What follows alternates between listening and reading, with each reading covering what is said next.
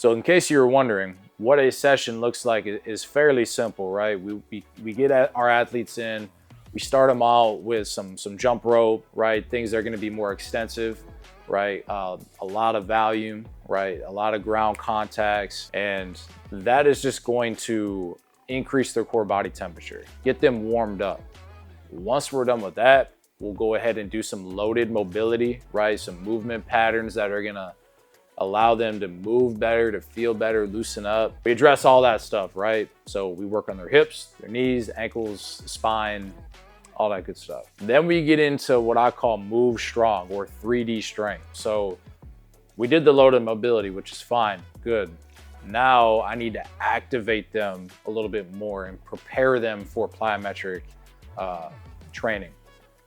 So we'll do things that are more like we talked about earlier, squatting, right? So example of a progressed movement we did yesterday, we did a heel elevated skater squat with a goblet setup. So the athlete would stand with their heel elevated on like a plate, which allows them to get more range of motion when they're squatting.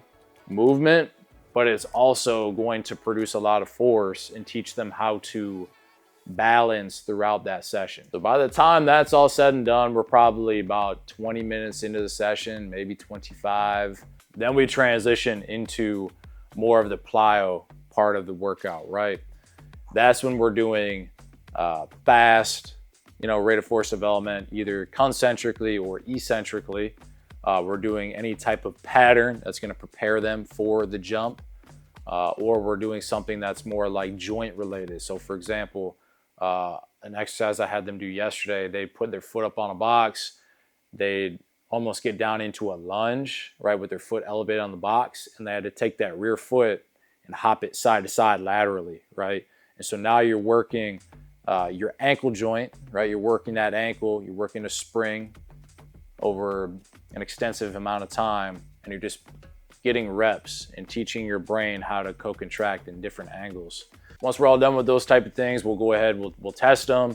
They're warmed up, they're ready to go, their nervous system is firing. We'll test them, track them, all that good stuff. And after that's all said and done, we'll finish up with a little bit of gaming. We'll do a little bit of competition, right? We'll play like ultimate football, basketball. We'll play maybe 7-on-7 or something like that. Just something to keep them engaged, you know what I mean? And like I said earlier in the show, I'm all for having a good time, making sure that you're having fun doing what you're doing, but the work comes first, right? So